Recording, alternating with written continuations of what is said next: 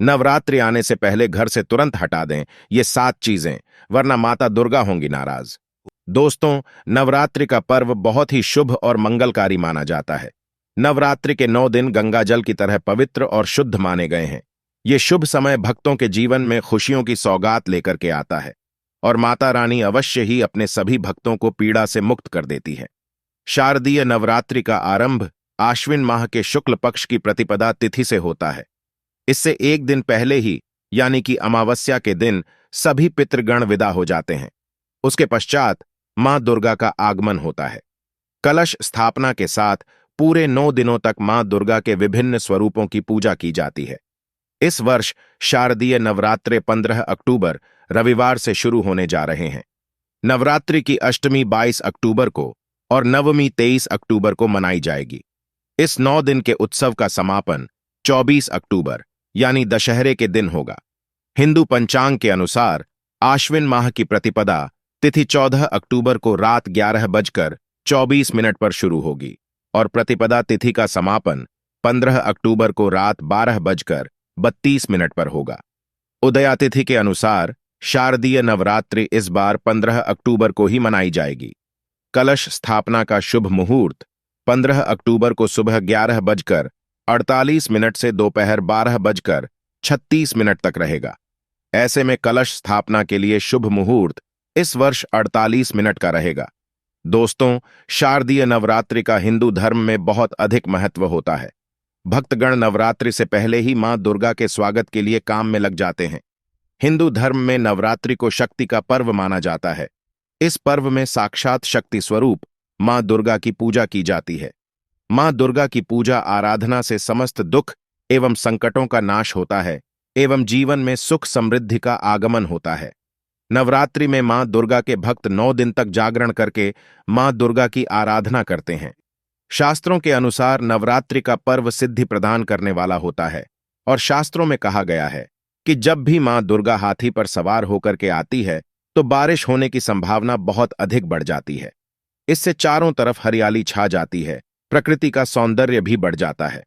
माता रानी जब हाथी पर सवार होकर के आती है तो धन धान्य के भंडार भर जाती है। माता रानी का हाथी और नौका पर सवार होकर के आना साधकों के लिए बहुत ही लाभदायक माना गया है। इन 9 दिनों में जितने भी पूजा, अनुष्ठान, व्रत, उपवास आदि किए जाते हैं, उसका फल मनुष्य को अवश्य ही प्राप्त होता है। जिस भी घर में माता दुर्गा के लिए व्रत का पालन किया जाता है, उस घर में मां अवश्य ही प्रवेश करती है और अगले 9 दिनों तक मां दुर्गा उसके घर में निवास करती है। इसलिए इन 9 दिनों में किसी भी प्रकार के अशुभ कार्य नहीं करने चाहिए। जो भी व्यक्ति मां दुर्गा के लिए कठोर व्रत धारण करता है, माता रानी उसके तमाम दुखों का नाश कर देती है। लेकिन ग्रंथों के हिसाब से जिस घर में अशुभ चीजें होती हैं, उस घर में मां दुर्गा कभी भी प्रवेश नहीं करती। इसलिए नवरात्रि आने से पहले ही अपने घर से ये अशुभ चीजें हटा देनी चाहिए। आमतौर पर सभी के घर में ये चीजें होती हैं। इनसे घर के अंदर नकारात्मक वातावरण बनता है। इसलिए नवरात्रि आने से पहले ही इन सभी चीजों को घर से बाहर कर देना चाहिए और पूर्ण श्रद्धा और विश्वास के साथ मां दुर्गा का स्वागत करना चाहिए।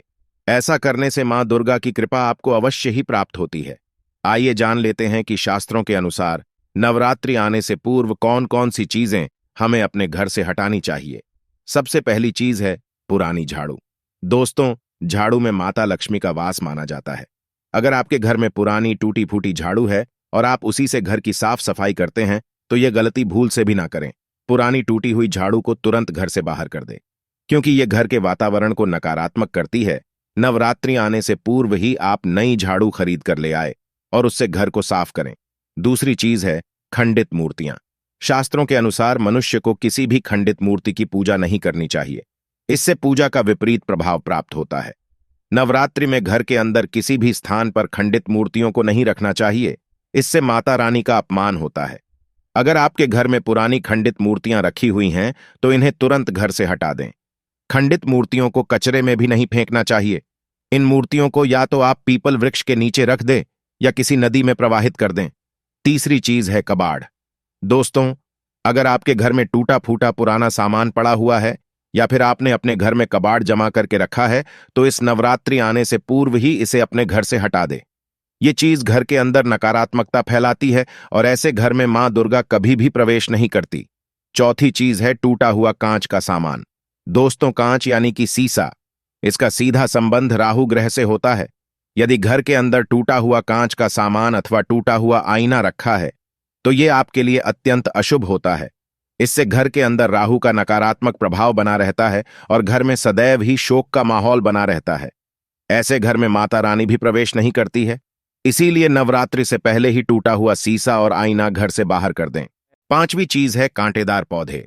यदि आपने अपने घर में या मुख्य द्वार पर कांटेदार पौधे रखे हुए हैं तो इन्हें भी वहां से तुरंत हटा देना चाहिए।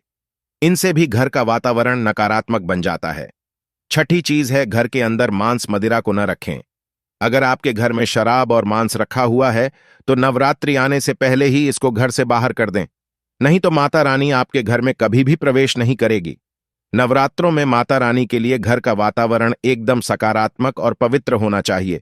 इसके अलावा नवरात्रि से पहले ही घर की साफ सफाई अच्छे से कर लेनी चाहिए और घर के अंदर गंगा जल और गोमूत्र का छिड़काव करके नमक के पानी से पोछा लगाना चाहिए। गूगल धूप पूरे घर में करनी चाहिए ताकि मां दुर्गा प्रसन्न होकर के आपके घर के अंदर प्रवेश कर सके। इसलिए नवरात्रि आने से पहले अपने घर को अच्छे से स्वच्छ करना चाहिए और सभी नकारात्मक चीजें घर से बाहर कर देनी चाहिए। साथ ही ध्यान रखें कि घर के मुख्य द्वार के आसपास कचरा पेटी, चप्पल, जूते आदि नहीं होनी चाहिए। हो सके तो घर के मुख्य द्वार को एकदम साफ सुथरा करके वहां गमले में एक तुलसी का पौधा अवश्य लगाए।